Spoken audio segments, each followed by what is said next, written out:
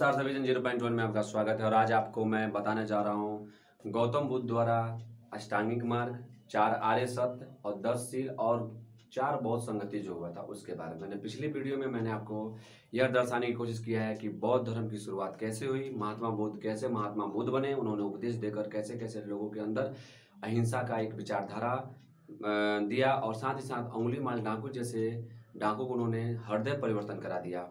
इसके बारे में मैंने पिछली वीडियो में बताया। अब इस वीडियो में मैंने आपको बताने जा रहा हूँ कि बौद्ध धर्म के सिद्धांत यानी 4 आर्य सत्य। वो 4 आर्य सत्य क्या है? पहला है दुख। ये जो दुख जो है गौतम बुद्ध ने समस्त संसार को दुख से ग्रसित बताया है। उनका मानना है कि संसार जो है चारों तरफ से दुख से ग्रसित है, कहीं ना कहीं किसी न किसी कारणों से दुख है। आखिर ये दुख हो क्यों रहा है? देखिए, जन्म लेते हैं, जन्म को लेके मृत्यु को लेकर, वृद्धावस्था को लेकर, अप्रिय का मिलन, प्रिय का वियोग, यानी गौतम बुद्ध का कहना है कि धरती पे जब आप पैदा होते हैं वहीं से दुख की शुरुआत होती है। ठीक है, जन्म, मरण, वृद्धा। मान लीजिए जन्म लेते हैं, अगर जन्म लिए, किसी को ख्वाहिश है कि लड़का हो, लड़की हो गई, किसी की ख्वाहिश है लड़की हो, लड़का हो गया, किसी को है स्वस्थ बच्चा हो, अस्वस्थ बच्चा हो गया। तो जन्म, फिर अगर मर गया उसकी प्रॉब्लम यानी उसकी समस्या है उनके पास। जब हम बचपन से बड़े होते हैं, बड़े से जब बुढ़ापे की तरफ जाते हैं तो बुढ़ापा एक सबसे बड़ा कड़वा सच है।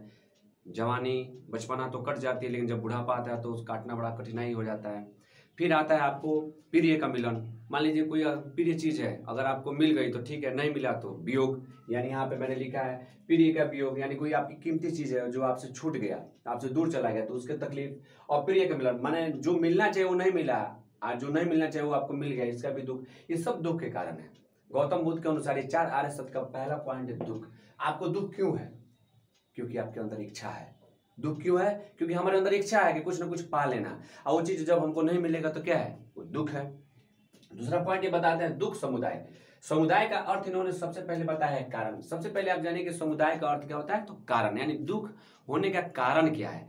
दुख तो है, लेकिन इसका आखिर कारण कैसे पैदा हुआ, तो इसके बारे में इन्होंने बताया कि गौतम बुद्ध के अनुसार संसार में दुख का कोई ना कोई कारण है।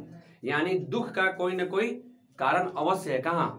इस संसार में कोई भी ना कोई कारण जरूर हो सकता है। जैसे इन्होंने समस्त दुखों का कारण तृष्णा यानी लालसा, यानी कहीं ना कहीं आपको पहले ही मैंने बताया कि इच्छा, अगर लालसा अगर आपके अंदर है किसी चीज को पाने का, किसी को होता है कि मुझे दुनिया का सबसे अमीर व्यक्ति बनना है, ये भी एक लालसा है। अरे बहुत आराम फरमाना है, ये भी एक लालसा है। बहुत ज्यादा खाना है, नहीं मिला, ये भी लालसा है। यानी जहां आपका अत्यधिक यानी अति लगता है, यानी पाने की इच्छा बढ़ जाती है, वो क्या है? दुख का कारण है। फिर पॉइंट आता है दुख निरोध। मान लीजिए कारण भी जान गए, दुख भी जान गए। तीसरा इन्होंने बताया दुख निरोध, यानी निरोध यानी दूर करना। दुख को दूर कैसे किया जा सकता है? तो अभी आपने देखा कि दुख क्या है? किसी चीज को पाना, किसी चीज को पाने की ललक जो हमें है वो नहीं मिला, उसका एक कारण जन्म, मरण, वृद्धा, ये सब क्या है? दुख है।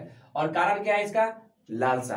अब कह रहा है कि निरोध यानी दुख को दूर कैसे किया जा सकता है? तो गौतम बुद्ध के अनुसार दुख निरोध का एक उपाय है तृष्णा का उन्मूलन करना, यानी वो जो लालसा है ना उसको जड़ से खत्म कर देना, उसको धीरे धीरे करके सब जो इच्छाएं हैं उसको धीरे धीरे समाप्त कर देना। यही एक ऐसा माध्यम है जिसके जरिए आप दुख से छुटकारा पा सकते हैं। दुख निरोध का मार्ग। दुख निरोध का मार्ग यानी दुख निरोध करने का कारण क्या बताया था मैंने? तृष्णा उन्मूलन। लेकिन दुख निरोध का मार्ग क्या है इसका? कि संसार में जो चीज आपको सबसे ज्यादा प्रिय लग रही है उसको त्याग दीजिए। देखिए धीरे धीरे दुख खत्म हो जाएगा। मान लीजिए जो हो रहा है वो होगा ही, और जो होना है वो हो कहीं रहेगा। तो आप अत्यधिक लालसा जो रखिएगा वो क्या है? दुख का कारण है। तो संसार में जो सबसे प्रिय चीज लगती है उसको त्याग दीजिए। ये है इनका 4 आर्य सत्य। इन्होंने अष्टांगिक मार्ग यानी 8 अष्टांगिक मार्ग बताया, जिसके जरिए इन्होंने अपने नई सोच विचारधारा के तहत लोगों के अंदर एक नई सोच दिया। पहला उन्होंने पॉइंट बोला सम्यक दृष्टि। दृष्टि मतलब होता है देखना, सही तरीका से देखना। यानी इनका कहने का तात्पर्य है कि 4 आर्य सत्य जो मैंने आपको ऊपर बताया है उस पर अमल करना, उसकी रक्षा करना, उसको उसके बारे में अच्छा से जानकारी हासिल कर उसके बनाए रास्ते पे चलना। मान के चलिए जब आप 4 आर्य सत्य पे चलना सीख जाइएगा तो अचानक नहीं बल्कि एकाएक आपके अंदर कुछ बदलाव आएगा और बहुत कुछ चीजों जो आप में तब्दीली आएगी। दूसरा है सम्यक वाणी।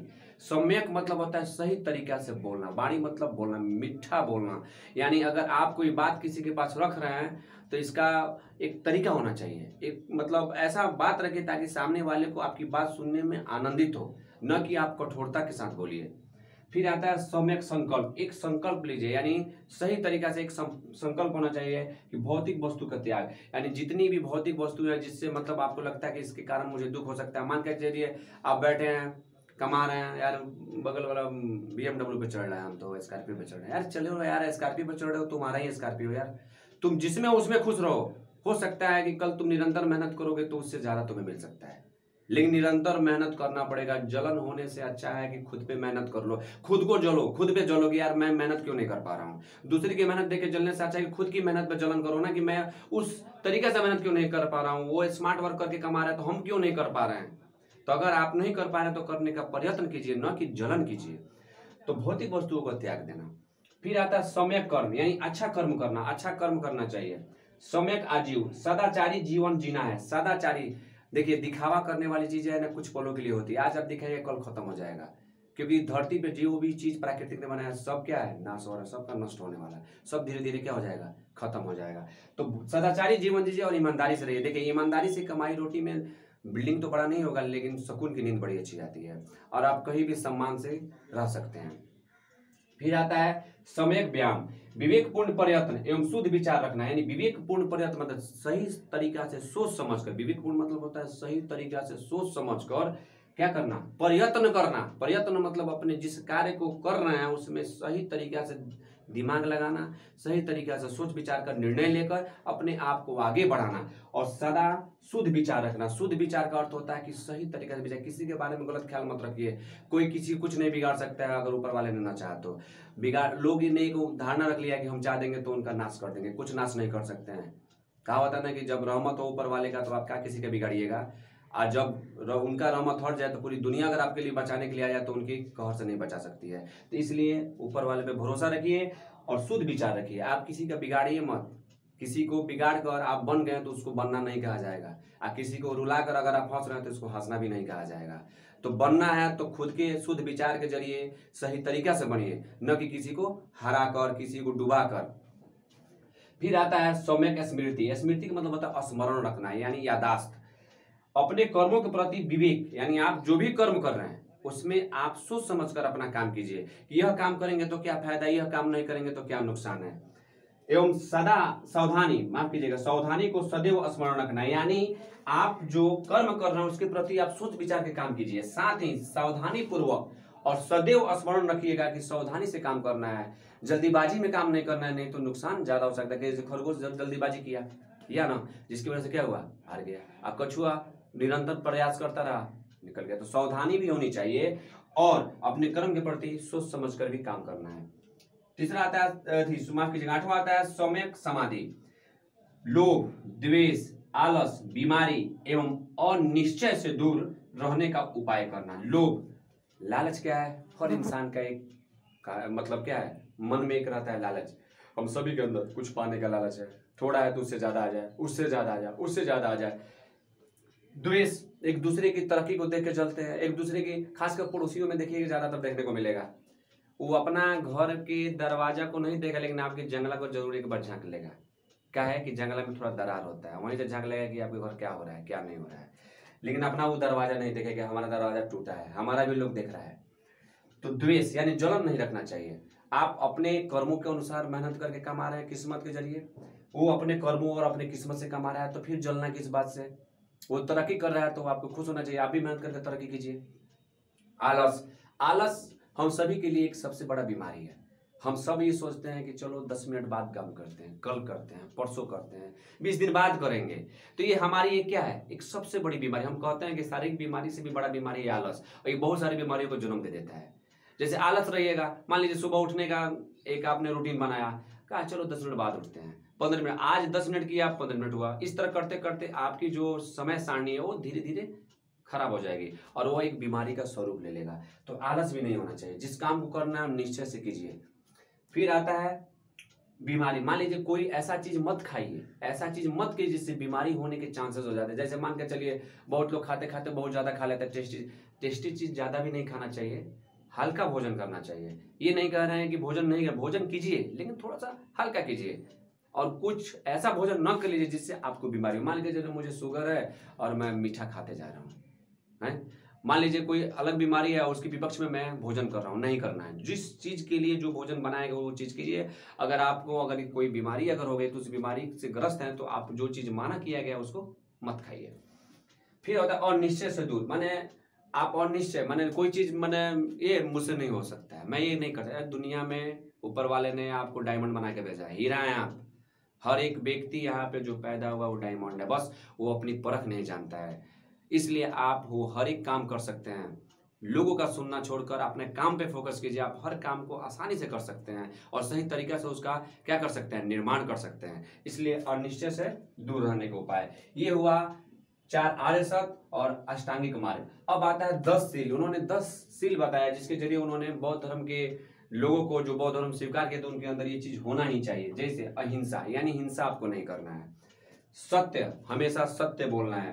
असत्य यानी चोरी नहीं करना है, यानी चोरी करना कल भी खराब माना जाता है और आज भी माना गया। और बौद्ध धर्म में इस चीज को बहुत ही बेहतर तरीके से समझाया गया कि चोरी नहीं करना। अपरिग्रह यानी धन ज्यादा मात्रा में इकट्ठा मत कीजिए। धन ज्यादा इकट्ठा कीजिएगा तो 3 गति है, मैं पहले भी बता चुका हूँ। दान, भोग, नाश। अगर भोग कर लिए यानी अपने ऊपर खा लिए तो ठीक है, नहीं तो दान कर दीजिए। नहीं दोनों में किए, बचा कर रख दिए तो नाश होना है। तीसरा जनरेशन आके नाश करेगा। बहुत लोगों को देखिएगा खूब धन इकट्ठा करते हैं, खूब करते हैं, पता चलता है कि बीमारी से ग्रस्त हो गए और इस दुनिया को छोड़ गया। वो धन को कौन यूज कर रहा है, तो आने वाला जनरेशन। अब वो तो कमाया तो नहीं है, जैसा मन वैसे उसको यूज करेगा। तो इसलिए धन को ज्यादा संग्रह मत कीजिए, सीमित मात्रा में संग्रह। ये नहीं कहते कि संग्रह मत कीजिए, संग्रह कीजिए लेकिन सीमित मात्रा में कीजिए। यहाँ कहने का संदेह ये नहीं है कि साफे नहीं करना है। भविष्य में अपने आप को सुरक्षित रखने के लिए धन को इकट्ठा करना जरूरी है, न कि हद से ज्यादा इकट्ठा करने की जरूरी है। उन्होंने हद से ज्यादा के लिए इन्होंने इस चीज को रखा है। फिर ब्रह्मचर्य का पालन करना, नृत्य और संगीत को त्याग करना। नृत्य संगीत क्या है, इंसान को उसको विचलित कर देता है। बौद्ध धर्म में इस चीज को क्या किया, खंडित किया गया, इसको हटाया गया कि नहीं आप नृत्य संगीत से दूर रहिए, क्योंकि ये आपको क्या कर देगा, आपके साधना से आपको दूर कर सकता है। आज भी बहुत जगह नृत्य संगीत के लिए झगड़ा हो जाता है। फिर आता है सुगंधित पदार्थों के, यानी सुगंधित पदार्थों से त्याग रखिए। 8वां और समय भोजन का त्याग। मान लीजिए 10 बजे खाने का टाइम है, आप 1 बजे खा रहे हैं। 1 बजे खाने का टाइम है, 5 बजे खा रहे हैं। 9 बजे शाम को खाने का टाइम है, रात को आप खा रहे हैं 12 बजे रात को। तो ये असमय भोजन मत कीजिए, जिसका क्या हो, मान लीजिए असमय भोजन कीजिएगा, एक तो भोजन का लज्जत खत्म हो जाती है। दूसरी बात क्या आती है कि पाचन शक्ति उसको पचाने में असक्षम हो जाता है, वो टाइम लेता है और उस समय आपका भोजन नहीं पचेगा तो आपको बहुत सारी बीमारी हो सकती है। फिर आता है कोमल शैया, यानी कोमल शैया मतलब कोमल मतलब एकदम क्या कहते हैं, मुलायम बिस्तर पे सोने की आदत छोड़ दीजिए। मुलायम बिस्तर पर नींद बड़ा अच्छा आता है, सुकून मिला। जितना नींद आएगा उतना आपका क्या होगा, वो आलस वाली बात जो मैंने बताया वो आप पे वो क्या हो जाएगा, लागू हो सकता है। फिर आता है कामनिक कंचन का, यानी कामनिक कंचन मतलब ज्यादा वो सजन धजन जो होता है ना, एकदम सजना धजना, ये सब चीजों से धीरे धीरे कम करना है, दूर रहना। अब आता है 4 बौद्ध संगति, यानी बौद्ध धर्म में 4 बौद्ध संगति हुई। प्रथम बौद्ध संगति 483 ईसा पूर्व हुआ था अजात शत्रु के शासन काल में। द्वितीय बौद्ध संगति 383 ईसा पूर्व कालाशोक के शासन काल में हुआ था।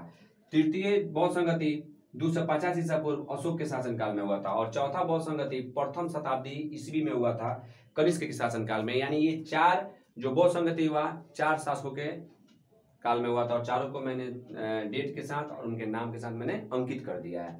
आज आपने बहुत बेहतरीन चीज सीखा कि 4 आर्य सत्य क्या है, अष्टांगिक मार्ग क्या है, जिसको अगर आप इसमें से जो चीज को फॉलो कर रहे हैं ना, आप खुद अपने आप में देखिएगा कि परिवर्तन आ रहा है और आप में कुछ विकास हो रहा है। और आप 10 सील जाने और 4 बौद्ध संगति जाने, इस तरीके से आपने बौद्ध धर्म की मुख्य चीजों को जानकारी हासिल की। Thank you.